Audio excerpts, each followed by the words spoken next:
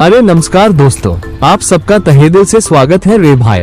हम अभी जयदर गांव से आगे निकल गए, समझे क्या? देखो इधर दाएं तरफ का रास्ता सीधा जा रहा है भैताने, शहरी दिगर, बोरपाड़ा, सावरपाड़ा, पिंपले और उम्रबंद गांव को। वाह, पूरा गांव का कनेक्शन यहीं से मिलता है भाई।